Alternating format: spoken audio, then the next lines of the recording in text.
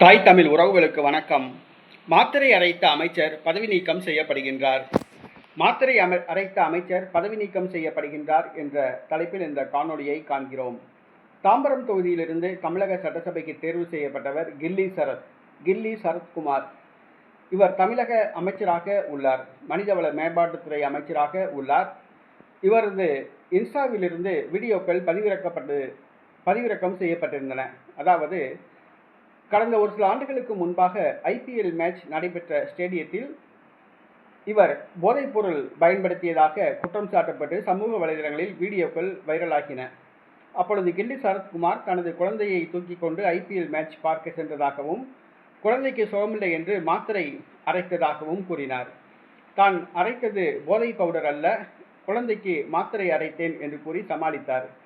ஆனால் இவருடைய பதிலில் எதிர்க்கட்சிகள் திருப்தி அடையவில்லை.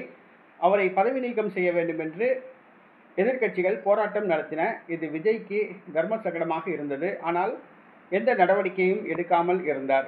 தற்பொழுது பட்ஜெட் கூட்டத்தொடர் முடிந்த பிறகு 4 அமைச்சர்களை பதவி நீக்கம் செய்ய விஜய் திட்டமிட்டுள்ளார். அதில் மாத்திரை அரைத்ததாக கூறிய அமைச்சர் கில்லி சரத்குமார் அவர் பதவி நீக்கம் செய்யப்பட உள்ளார்.